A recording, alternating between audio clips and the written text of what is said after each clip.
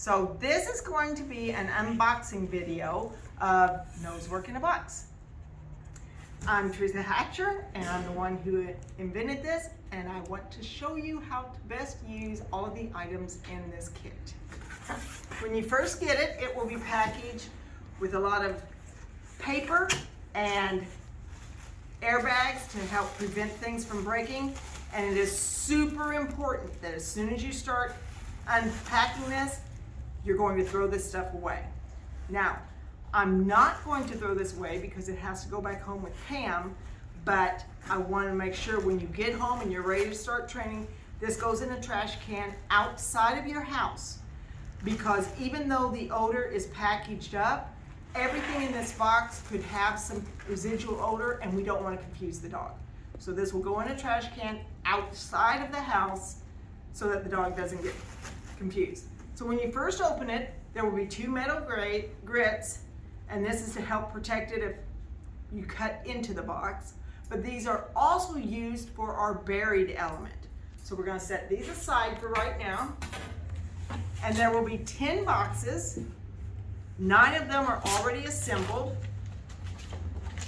And the 10th one is flat, just to save on shipping because 10 boxes won't fit in. There is a 9-page printout, and the top page shows you everything in the kit. And it will list each item in the kit. Second page talks about unpacking the kit. Please be sure you throw away all of the packing material. Important notes about odor. There's a page that talks about how once something is hot, it's always hot. And by hot, we mean contaminated with one of the odors you want your dog to search for. So plastic is really good at absorbing odor. And once you start using one of the plastic items to hide odor, you need to store that far away from the cold items or items that have never had odor. Personally, when I'm training, I will have my cold items. I've got a 35-foot long training barn. The cold items are at one end, and the hot items are in one corner at the opposite end of the building, inside glass, and I still keep them that far apart. Next page is talking about hot and cold and how to store the contents. The jars, we will talk about them first. These are your hot jars. When you get your kit, they will be packaged as tightly together and trying to prevent any damage in shipping. So the first thing you're going to do,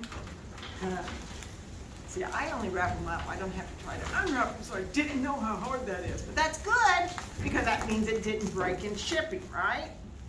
So all of this plastic, and Pam's just going to have to be careful on the drive home because I am going to unpackage these and have to throw them away. All of this is guaranteed contaminated. So you want to unpack it and you're going to throw it away. In each jar, the birch package is labeled birch, and you're going to have your newspaper wrapping. That gets thrown away once you're home. I'm going to hang on to it because I'm afraid it might break. Now, driving your car, it isn't as likely to break as if you were shipping it and the FedEx guy tosses it. Now, I'm going to step out of frame just for 1 second to get another surface I can work on. So I can set the hot things over here and move on. Okay, so inside each hot jar, there is going to be a T-ball. This is used for the buried element.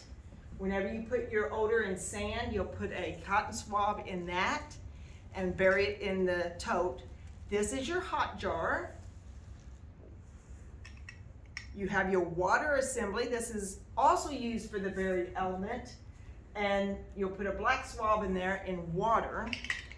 You have a scent vessel that is already labeled and dedicated for birch. So when you're practicing, this is your hot scent vessel, and you want to keep it separate from the cold ones. You have your birch oil, and this is essential oil. in a dropper, and it's also wrapped, which once you start training, you want to take this off and throw it away. And you have tweezers. In each hot jar, you have tweezers for each thing. The cotton swabs can be kind of tricky to pick up, plus, unless you're wearing gloves, you're going to get that oil on your hands. So please use the tweezers to pick up a scented swab and put it into a scent vessel, and then put the tweezers back in this jar. And there's more packaging. Once you're home and training, you're going to take all of this out and throw it away. So when you are actually training, your hot jar is going to look more like this, okay? And you will use gloves when you're handling this stuff to prevent any contamination.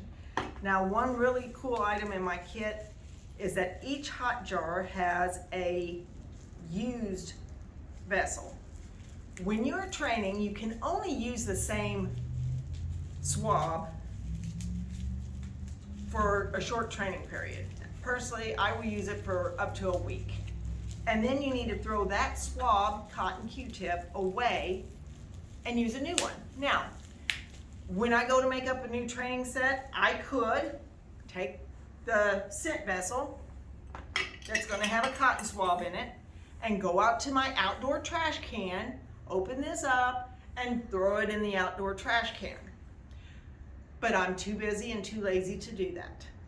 So I have included a used jar in each hot vessel. Whenever I want to change to a new Q-tip, I will put the old Q-tip inside the used jar, which is a glass jar with a metal lid, and that prevents the odor from escaping. And then, you know, whenever I am cleaning house and this gets full or too many, I can take this out to the outside trash can and dump it. Just keeps me from having to take it every time I want to put in a new swab. Okay, so now we've identified the items. Let's see how you use them. This is in the hot jar. You also have an anise jar with all of the same things, and keep them separate because that's for the anise odor. Getting to know your kit. So on page 5, it's getting to know your kit, and it breaks down and identifies each thing, and I try to identify there how to use each item. So once you've thrown away the packing material in an outdoor trash can, I really can't stress that enough, I think, you can get to know your new training kit. You will have 10 identical cardboard boxes. The 10th one looks like this. I even have a page that shows you how to fold it, but it's not in Pam's collection. So when you go to, there's a page that shows you how to fold up the 10th one. You have 10 identical boxes in the kit. These are not regulation size for competition, but you don't need regulation size for training. You're going to use these for container classes. So you will take your 10 boxes and be able to lay them out, and you're going to have to move the camera just a little bit so I can demonstrate.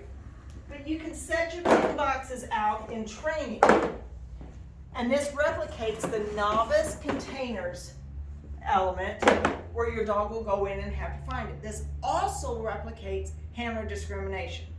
So in order to do this, one box will have odor in it in the novice division. Now remember earlier I talked about how you have to keep everything separate. So once I have used a box for birch, I will label it on the bottom with a B. At that time, this box is always for birch and will never be close to these boxes again. These boxes will be stored in one place. My birch cardboard box that will be empty when I store it will be somewhere else with the hot elements. When I get to the point that I'm training anise, I will take one of the boxes and put an A on it, and it will be stored with the hot items. So we're going to pretend those are hot at this point. You have your 10 cardboard boxes used in the container class.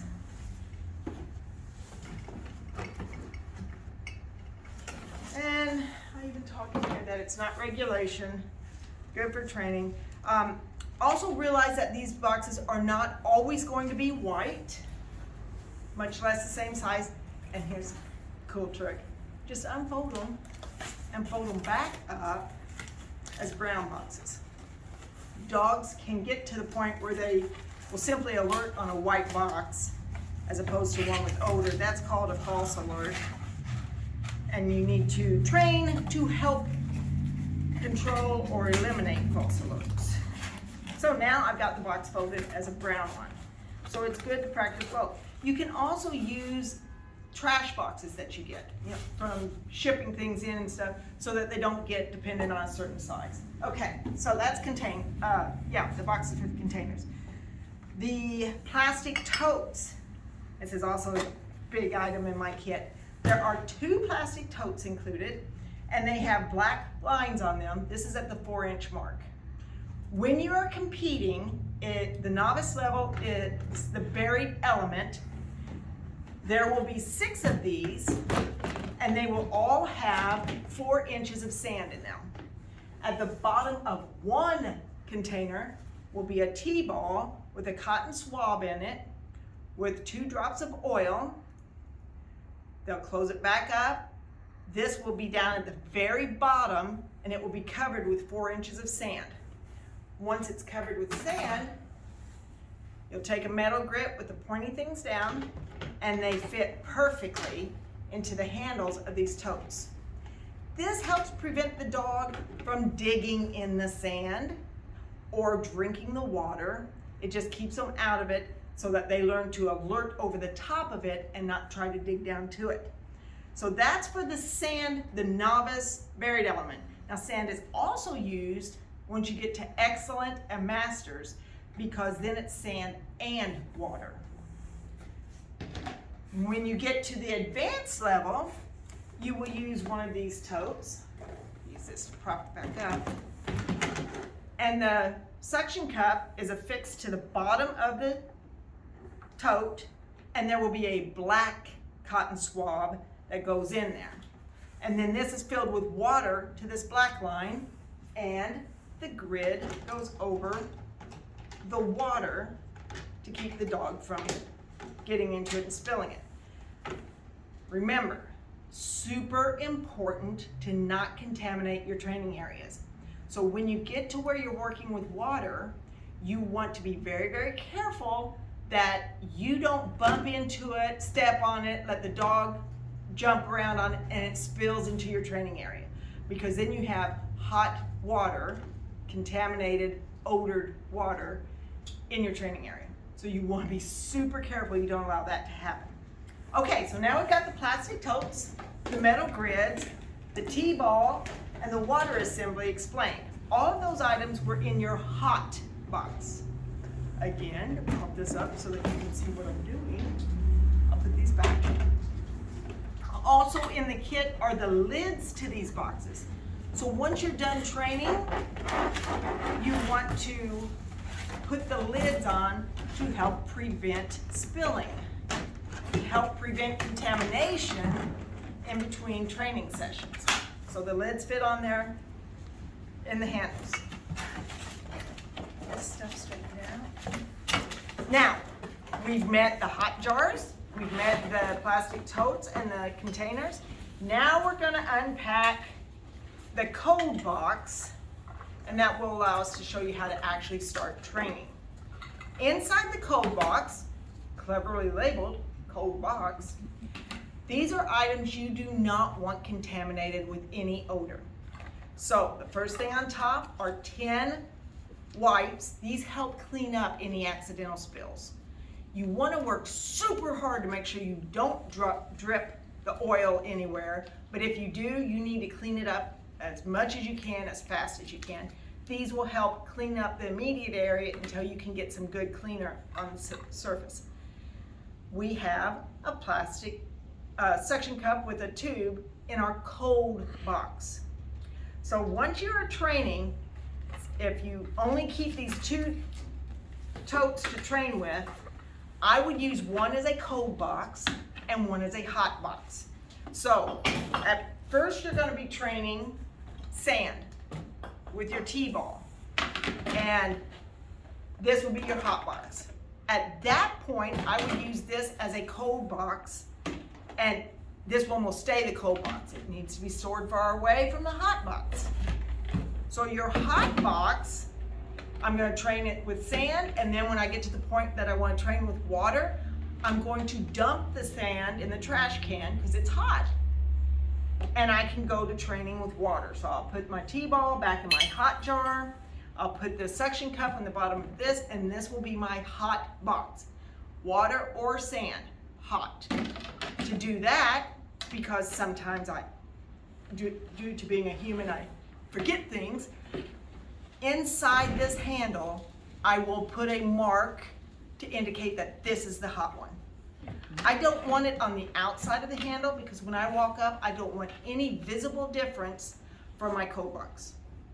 But I want to make sure that I know, yes, this is the one that's hot, I can pay my dog. So we're going to have, in your training, you're going to have one hot and one cold plastic tote. Now, you can certainly go down and buy more of these. They are the most expensive element in this kit, so there's only 2 included instead of 6.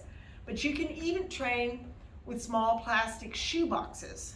The problem with that is if your dog is enthusiastic and hits the corner of it, you will be training them to tip the water. So these are regulation sized, and that's what I really like to use. Back to exploring the cold box. You have 10 wipes to help you clean up. You have a cold water assembly, because when I am training with the hot water assembly, the dog can see that black tubing. So you want the cold one to look exactly alike, but not have odor. So they're not visually hunting for the black tubing. So you have cold black tubing. You have 100 pre-cut cotton swabs. You have 4 scent vessels, and these all have magnets on them, so I can hide them in elevated places and they will stay on anything metal. And you have 40 pre-cut black cotton swabs. These are kind of cool. The reason for these is so that when they are in your black assembly for the water search, the dog cannot visually see it. Okay? So that's just unboxing the kit. Next video, I'm going to talk a little bit about how to get started using it in order to train at home.